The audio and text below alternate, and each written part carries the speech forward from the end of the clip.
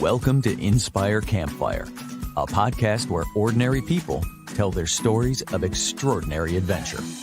These are campfire stories meant to inspire the rest of us to light the fire within, get outside, follow our dreams, and return to tell our own stories. Ready? Let's strike the match.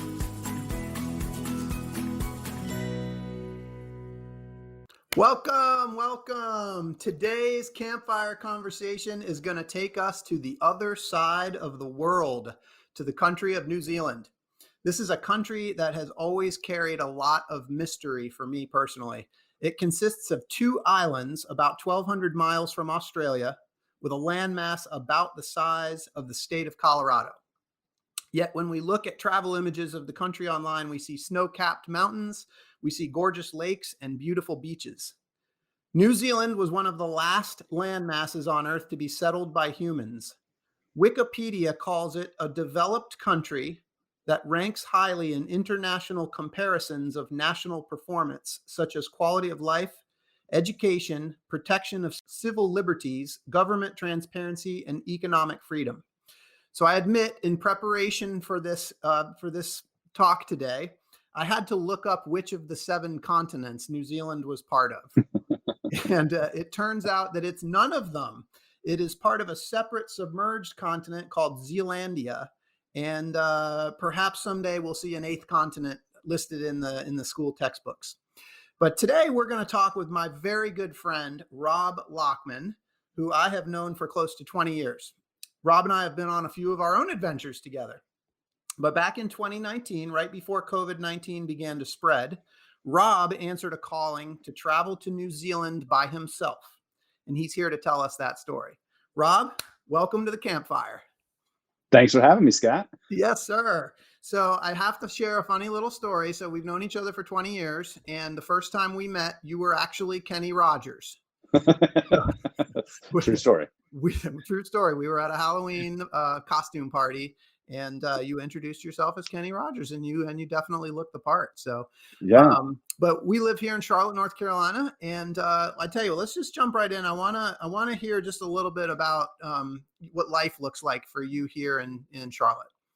Sure. So as I recall, I think you were Don Ho at that party. Just wanted to put that out there. But so I've lived in Charlotte for just over 20 years at this point. Lived in the same house for 14 already. Have 3 kids. Work at a major bank and major employer here in Charlotte, North Carolina. You can take your pick of which one of those is. And I work as a product manager.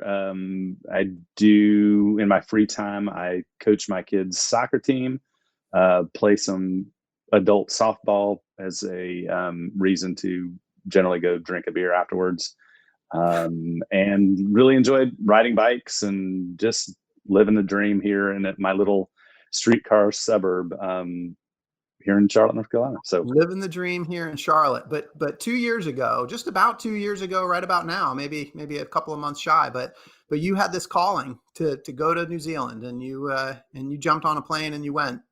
And most people wouldn't just get on a plane and go across the world by themselves. So for the listeners, tell us, can you just kind of break down that trip for us? What was the, where'd you go? What'd you do?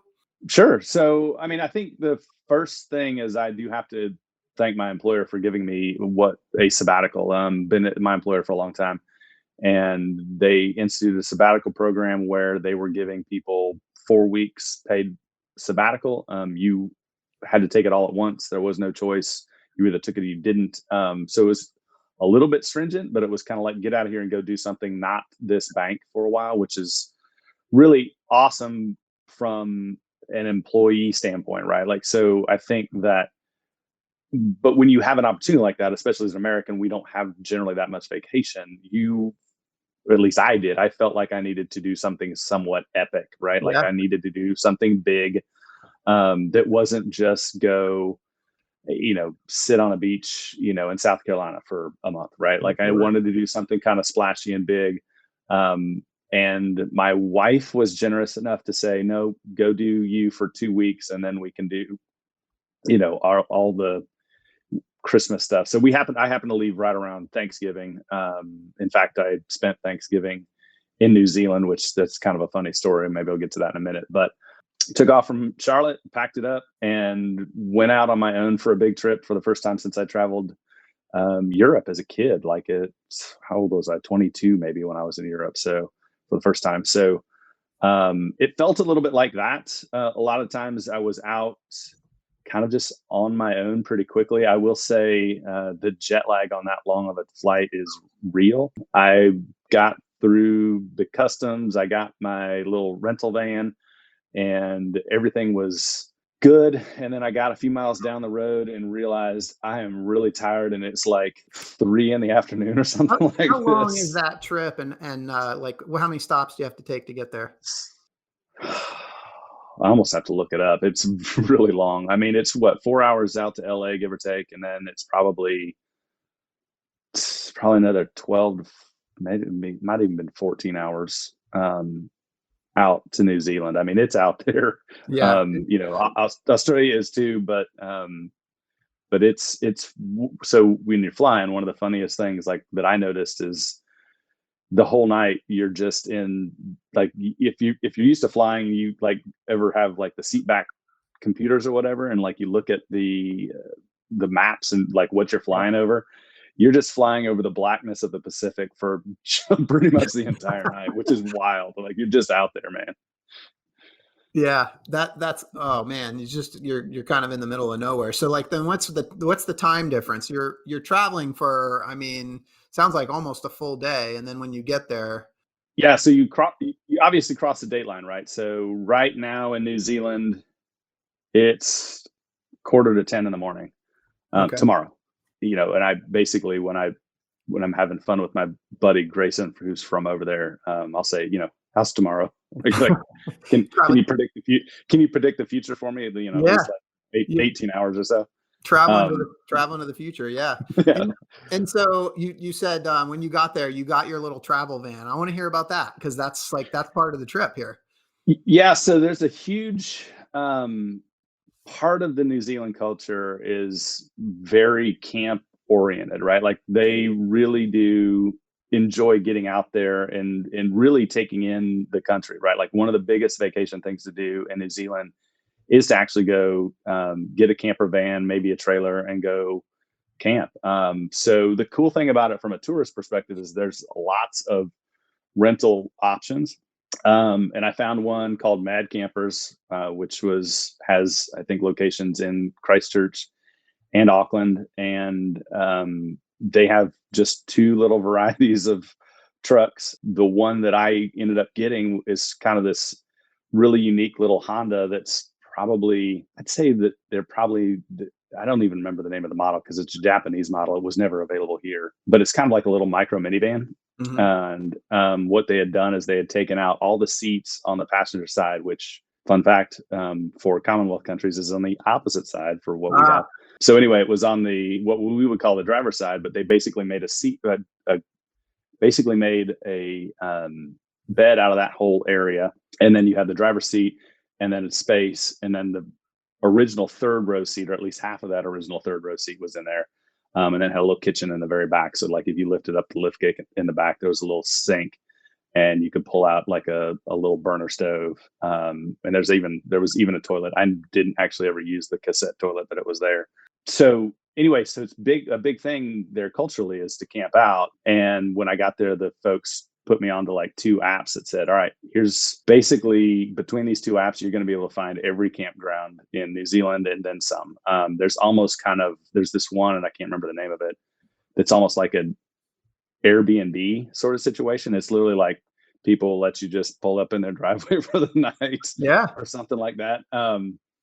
So culturally, it's really big. It's very well accepted that people are going to go around the country, and I think it's interesting. Like if you think about what's happened here in the States in the last year or the last 18 months, is people have decided, hey, let's go camping, right? Like, I mean, I think whether it's in an RV or whatever. I mean, I'm kind of excited because it feels like people have kind of rediscovered that and started thinking about doing their own trips to, not only the big parks, but just even the stuff around, like locally here in Charlotte, where you've got the Smoky Mountains and you've got the Uwharrie National Forest, and like there's some good camping very We close do. to We're very Charlotte. lucky. We have a lot of great camping around here. Yeah. And you just kind of forget about it, right? You get in your day to Yeah. day and you just kind of forget about it. But it's a big part of their culture. So it's actually really easy to go kind of wherever you want in one of those campers, and find a place.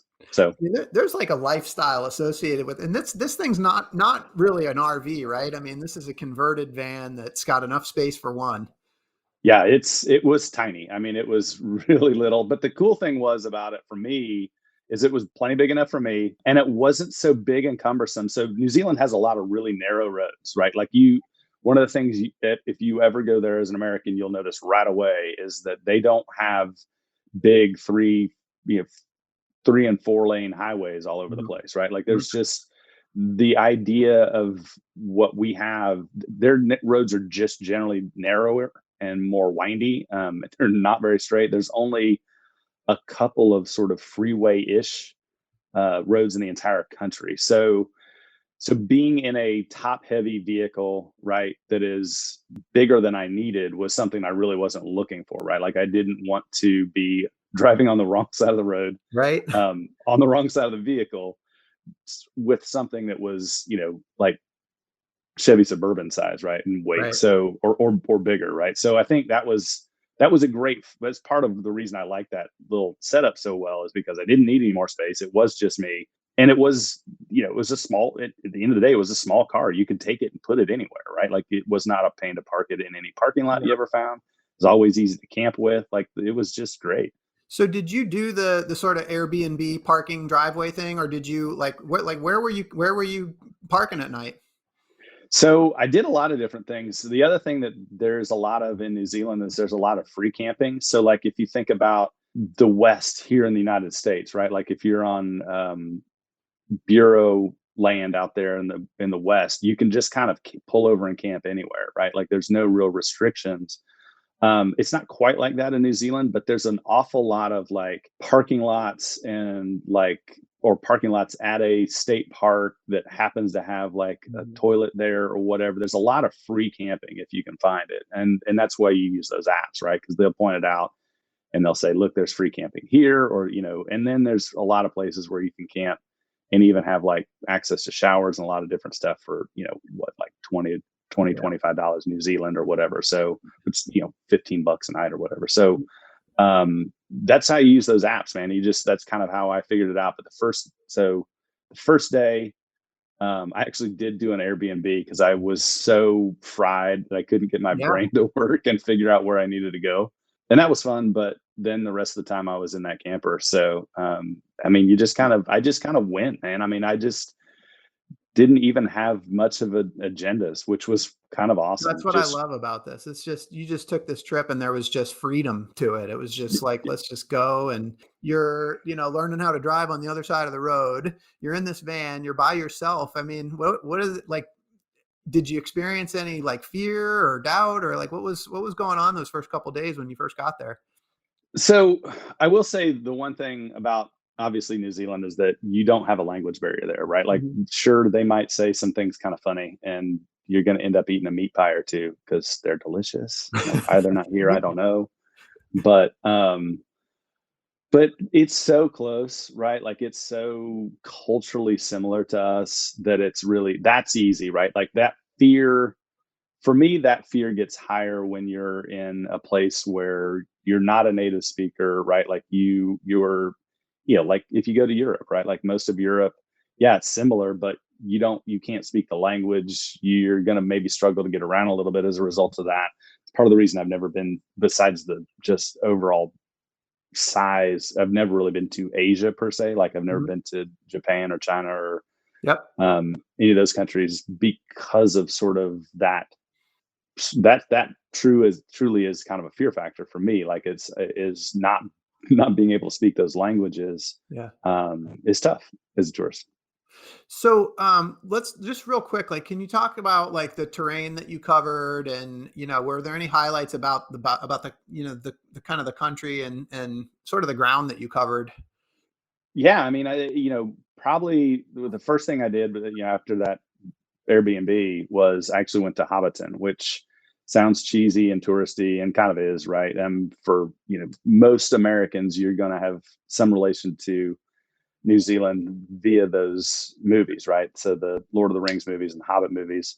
There is a permanent, what they used in the Hobbit movies is now a permanent tourist attraction in the hills, kind of in the central area of the North Island.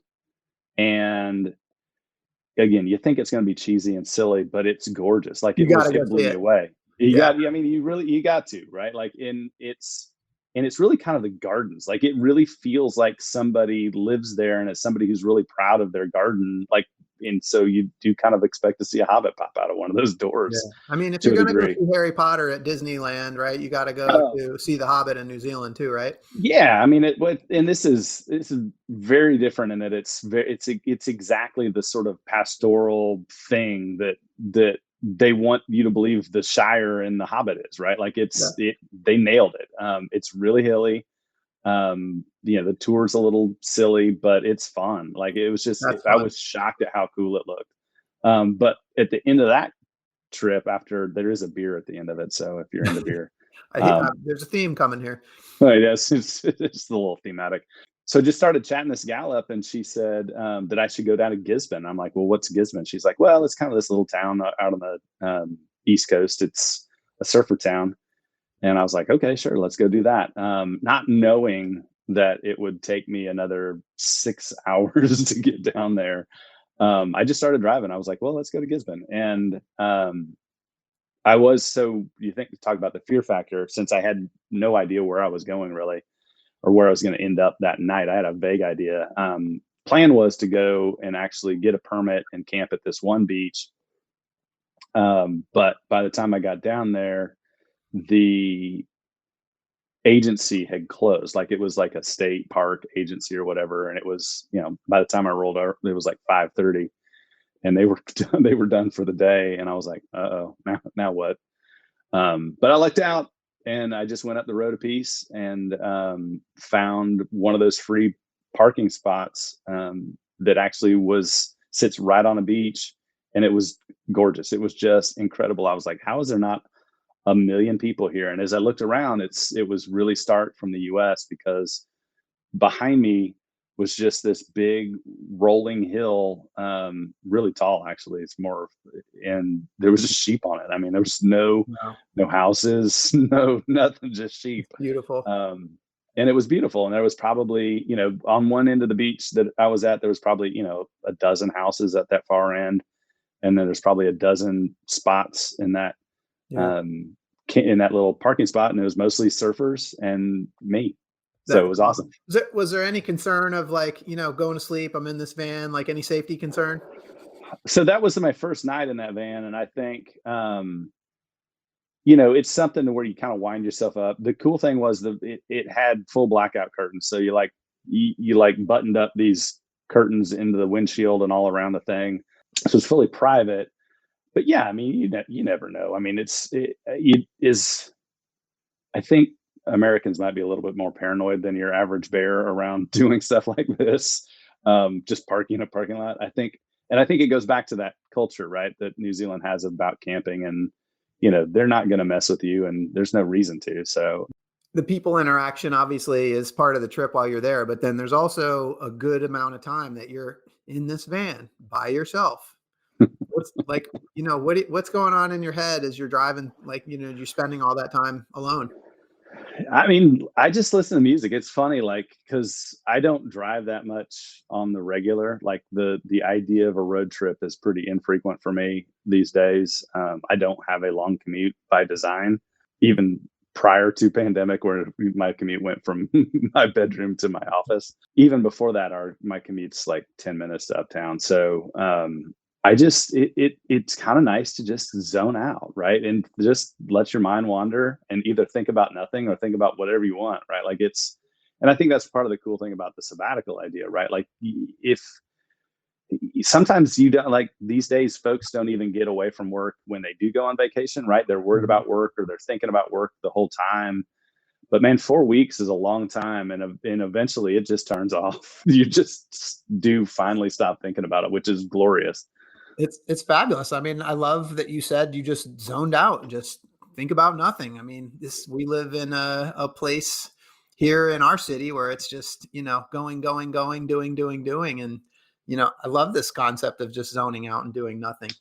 Yeah, it's fun to just kind of be from time to time, right? Just kind of be Yeah. in the space and Just take it be up. from time to time. There you go. Yeah. So I guess that takes me to like, I want to talk about the like that call to go, because you've got 4 weeks and you Mhm. said, I want to do something epic, I want to do something splashy, but again, like most people aren't going to just get on a plane and go across the world. So what was it that called you to New Zealand? So I think it was curiosity, right? I mean, and it's those people connections, like you said, right? Like my connection to Grace and my connection to Jennifer, who both, obviously love the country. It's a what I would call a low barrier to entry travel place for Americans because everybody speaks English and the culture is so close that it's not literally like the biggest deal Yeah. is driving on the wrong side of the road. And it was just really just kind of planning it out, right? Like deciding when was the optimal time to go. When was, I mean, and for my work, we get into the second half of fourth quarter and it really slows down. Like there's just not, people kind of give up on on the year and start putting stuff off until the next year for a great degree. So I think it was that, and it was really sitting down with my spouse and figuring out, what's the optimal time to go, when is it going to be least cumbersome for you, right? So obviously the holidays, you don't have to get kids to and fro to practice or to school, right? Like you've got days off of school. So the daily grind is a little different when you're in holiday mode, Yep. which is obviously also a good thing. But that made that timing work out. And then from that point, I had it in my head that I wanted to go do the camping thing. I'm not even sure, honestly, not even sure where that idea came from. I just thought this will be great, and went and researched it online. Found the place, found the Mad Campers place. Decided that was what I was going to go with.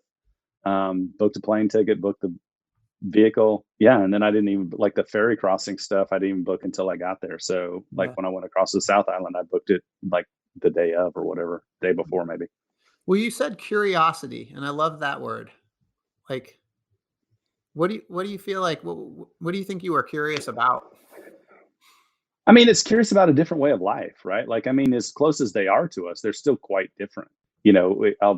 It's funny. Like, I've been joking this summer that I've been working on my Hobbit feet, because I've just been going around in bare feet and maybe flip flops all summer, like because I don't have to go to work, right? I don't have to actually physically show up and wear, you know, hard shoes, which is lovely. So, but over there, right, like the idea of no shirt, no shoes, no service just doesn't exist, right? Like there's enough of this laid back, and maybe some of it comes from some of the Maori heritage, like spilling over into the main culture. But like we went with Grace and we went to what they call a dairy, which is really kind of a little convenience store. And we went and got some ice cream and some what they would call lollies, which is candy. And we walked in our bare feet because we can, and Yeah. nobody cared. And it was like the biggest non-event at all. But for me, it was so foreign. That was so foreign. So I think, New Zealand is a lot more of a laid back situation. They have they have a saying that is, "She'll be right," which means it'll be fine. Don't worry about it, right? Like, in that they use it for everything, whether it's like and it actually frustrates my friend Jennifer quite a bit because like construction projects, they'll be like, it's close enough, right? Like they don't really aren't really going for perfection most of the time, which is really kind of refreshing. But I could see how Jennifer growing up here would be pretty frustrated with that as well. What So what's the phrase again? she'll be right. She'll be right. She'll be She'll right. be right. All She'll be right. right. We'll use I that can't one. do it. I We'll can't do use a that Kiwi one. accent. So in the curiosity, you said a different way of life. So that Yeah. was, yeah. So, is it kind of a draw to like just go see what else is out there? Is there something, maybe that you were looking for that? Yeah, I mean, I think it's, I think that's what you do. That's part of why I do travel. I mean, I don't know if other people are Mhm. looking for the same thing, but I think it's a comparison, right? Like being a world citizen, you have to recognize that the way we do things isn't the only way to do things, right? And again, like as close as New Zealand is, it's not the same, right? Like, I mean, shoot, you could go to Canada and it'd be the same thing, right? There's going to be slight variations on how they do things versus how we do things. You go to Europe and it's not like there's a lack of cars, but there's a whole lot more bikes. Like if you go to Amsterdam or wherever, it's just there's different ways to be in the world, right? And I think that's what the adventure is, right? Like just go try on. It's like trying on a new way of life to a little bit of a degree, right? Like you just get especially in a situation like I had where it was a little bit longer, I had a little bit more time, and I like getting out there. I like being sort of inside normal life. Like I like going to even when I'm traveling in the United States, I'd rather go to a city most of the time than I would rather go to some resort. I'm just not a resort person, and maybe that's just my personality. My idea of being in the world, as I described it earlier, isn't like sitting on a chair next to the pool with an umbrella drink in Well, my hand, just it's a waiting, little harder to be waiting. curious, right? It's a Yeah, little harder to be yeah, curious in that environment. You go to a big city, there's lots of things that you can do to satisfy your curiosity. But I just have to say the thing I really loved that you said is our way is not the only way. yeah. And That's right. that's huge. That's a huge piece to what I think travel is all about, and I think you summed it up really well right there. One of the things I wanted to talk about was just sort of some of the barriers to keeping you from going on the trip, and you started to talk about that a little bit. But like, was there anything like? Did you have any doubts? Was there any point at which you were kind of like, nah, this sounds like this would be fun, but I don't know if I can do this, or did you have any resistance to pulling the trigger? I think probably the only resistance was it felt selfish, right? Like, and I think, as a dad, as a regular guy, it feels selfish. But you know what? Sometimes everybody needs that. Everybody needs that break to be yourself again for a minute, not be dad, but be Rob, right? Like, and just do exactly what you want to do. And my spouse and I have a good relationship that way. I think we try to keep a balance in that regard. She'll go do a girls' weekend or do whatever like that from time to time. So nothing, anything as big and grand as this. But again, she doesn't have the sabbatical program, and she's a working mom, so it's a little bit different for her. But I do think that was probably the main thing. Selfishness in the time, selfishness in the money that was going to get spent. I mean, it was literally just spending it all on me Yeah. and nobody else, right? And Christmas is coming up or whatever, right? Like, not that my kids suffered that Christmas for for anything as I can I recall. So, I mean, I think a lot of people can relate to that selfishness piece. And I think a lot of people might choose not to go for that reason. But like, I agree with you. Sometimes you do have to do the thing that you need to do to experience your own adventure and answer that call. Can you help like people that are listening? How do you get over that selfishness piece?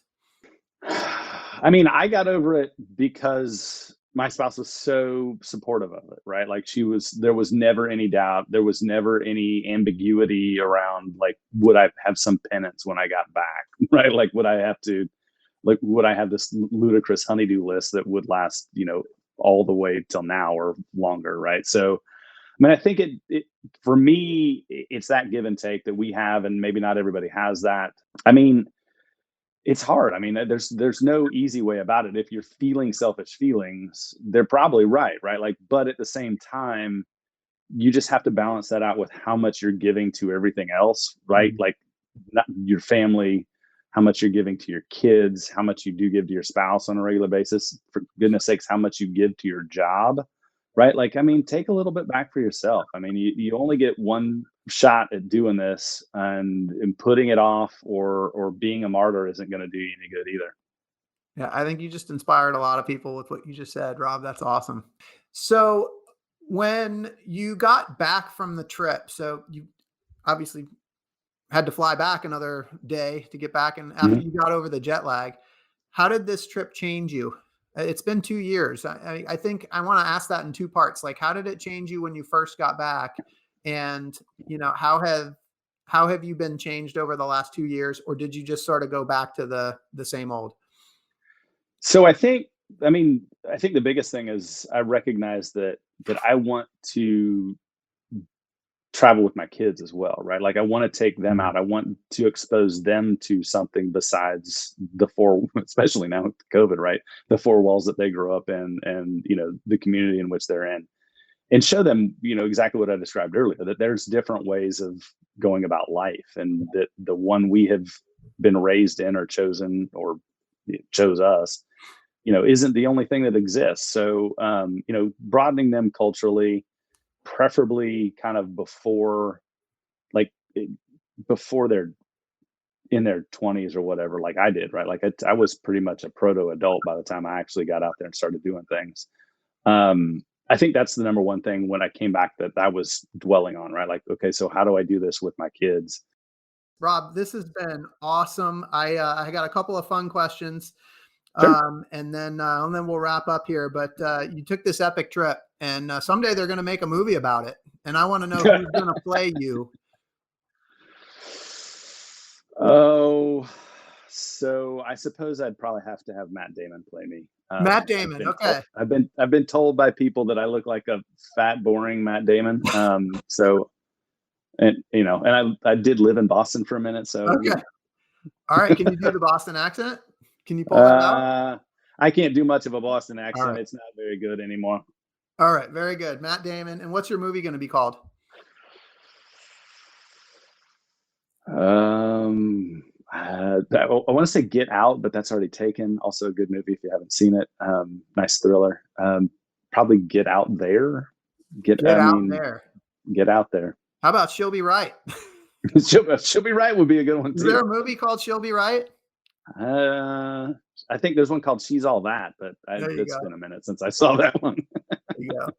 Man, thank you. Thank you so much for the time. I hope that you have been inspired today as much as I have. Hope that Rob's stories encouraged you to listen to that voice inside that calls you to go on your adventure, because we want to hear your story next. So if you have a story to tell or you need a nudge, please send me an email. And until next time, go get outside. Thanks for listening.